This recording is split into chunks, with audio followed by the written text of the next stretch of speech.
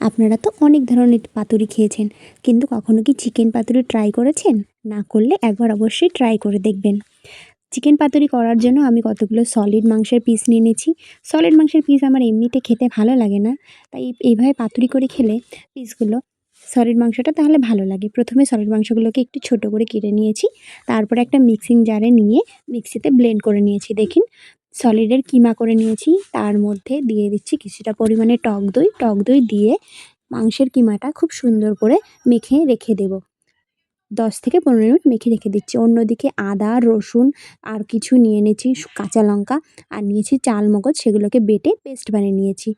কিমার মধ্যে প্রথমে আদা রসুনের পেস্টটা, তার মধ্যে পেঁয়াজ কুচি, হলুদের গুঁড়ো, স্বাদ মতো লবণ আর দেবো কিছুটা গরম মশলার গুঁড়ো, দিয়ে দেবো বেশ অনেকটা পরিমাণ সর্ষের তেল, দিয়ে খুব ভালো করে চটকে মেখে নেব। অন্যদিকে কলার পাতা কেটে নেব ছোট ছোট সাইজের। গ্যাস জ্বালিয়ে কলার পাতাটাকে একটু সেঁকে নেব যাতে পাতাটা নরম হয়ে যায়। তারপর একটা কলার পাতার উপর 1 থেকে 2 চামচ মিশ্রণ দেব, দিয়ে পাতাটাকে খুব সুন্দর করে ফোল্ড করে নেব।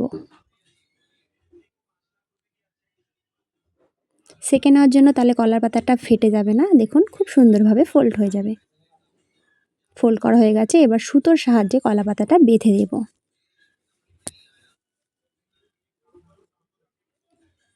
এই একইভাবে সবগুলো পাতুরি আমি গড়ে নেব। এই পাতুরিটা একটু সর্ষের তেল আর একটা কাঁচা লঙ্কা দিয়ে গড়ে নেব।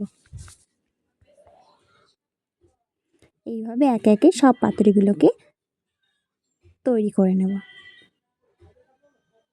দেখুন, পাতুরিগুলো তৈরি করা হয়ে গেছে। এবার কড়াইতে সামান্য সর্ষের তেল দেব, তারপর পাতুরিগুলিকে দিয়ে খুব সুন্দর করে এপাশ ওপাশ উল্টে সুন্দর করে ভেজে নেব। গ্যাসের ফ্লেমটা লো রেখে খুব সুন্দর করে এপাশ ওপাশ উল্টে ভেজে নেব। দেখুন, পাতুরি ভাজা হয়ে গেছে, এবার একটা প্লেটে নামিয়ে নেব।